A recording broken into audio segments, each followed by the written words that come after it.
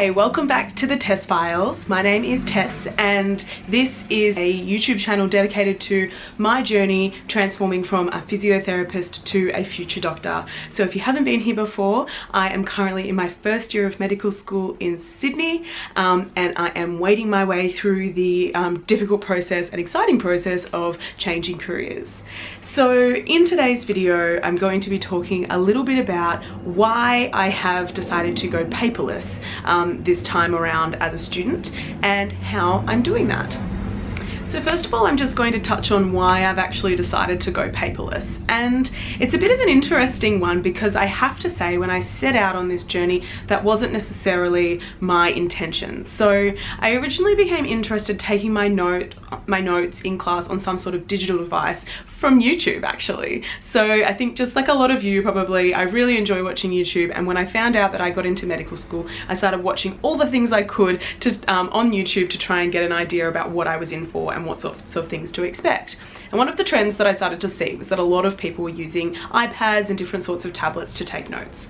And I was intrigued by that. I have been out of university for 7 years by the time I've come back to study med school this time. And last time when I was at physio school, everything was on paper. And what I found was I would have to print out my PowerPoints before going into my lectures. I'd have to write everything out during class, and then I would come home and then hand write everything out. And as a result of that, after 4 years of uni, I had literally wads of paper in folders. I would say excess of 20 folders filled with paper, all of which got thrown out really. I didn't keep a lot of my notes from physio. So that is a huge amount of waste, and it's also really painful to carry around. I used to find that when I was moving house, I would have to pack up all of these notes and drag them around with me, and also getting them if I was going to study at a library or study at university, I'd have to kind of lug these giant folders with me everywhere that I went. And I remember that feeling like a really big inconvenience.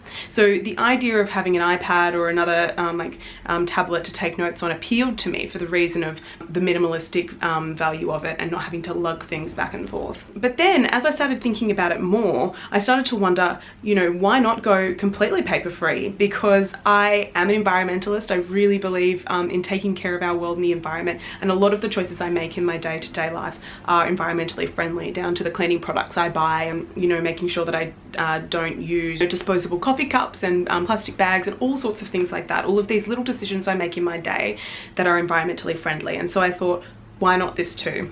So it's actually going really well. I'm really enjoying it. So I have my iPad to take my notes on, and then I have my MacBook, and pretty much I don't use any paper other than that. So I am really enjoying it. The iPad is amazing. It is so small. I can literally just throw it in my bag. I don't even take my laptop to school, and I just have, it's so much lighter to carry. And I also love that all of my notes are with me all of the time. So if something comes up in class or I'm at uni studying, I can literally just pull up any sort of notes from any time I want, straight there on the iPad. So accessibility is amazing as well. Some of the challenges I've come up with it so far is that when I first got the iPad, it certainly did feel a little bit weird. I kind of was like, where's my piece of paper? I want to be able to like fold my piece of paper up to write on this side of it, or I want to be able to kind of draw a diagram and see the whole thing. And so it actually took a little bit of getting used to. But now that I'm actually used to the functions of the iPad and getting it all working together, I absolutely love it, and I'm not craving the paper anymore. But at the start, I certainly was kind of looking for it. So that was a challenge at the beginning. And the other challenge is that I do wonder what it is doing for my eyes and my brain.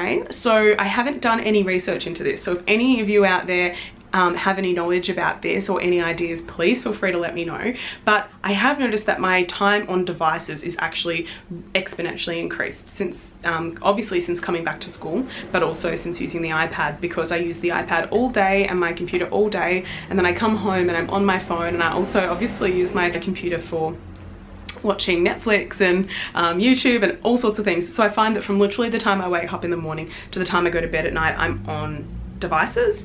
I don't personally have a too much of a formed opinion on that yet. I have found that my sleep has been fine. It hasn't been disrupted by it. So at this point, I'm not too concerned by that, but it is something in the back of my mind that I'm kind of just observing the effects of that and seeing how it goes. Okay, so how does it work? So first of all, I've got my iPad. This is an iPad 2018 with the Apple Pencil. And I chose this size instead of the iPad Pro because I wanted to have something that was quite small, that I could kind of put in my handbag and wasn't going to be too heavy. And I, for me, find this is like a really nice size for me to write on. I have spoken to some of my male co-students, and they have the big Pros because they find that their hands actually cover the main screen of the smaller ones. So I think that it doesn't really matter what size, you just have to pick whatever suits you.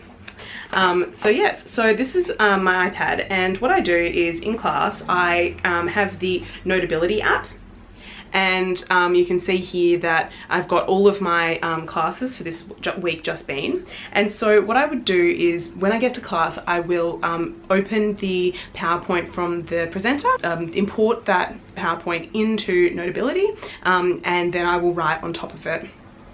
Then when I get home, I have everything backing up to Dropbox, but you can back your notes up to any sort of anything you want, Google Drive, iCloud, you name it. You can back it up to whatever.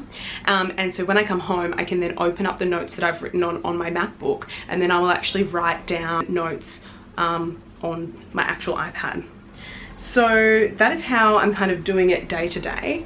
The other thing that I have actually, the extra step that I've taken to go paperless as well, is that I've not bought any textbooks, which is pretty controversial for a med student because obviously we need a lot of textbooks.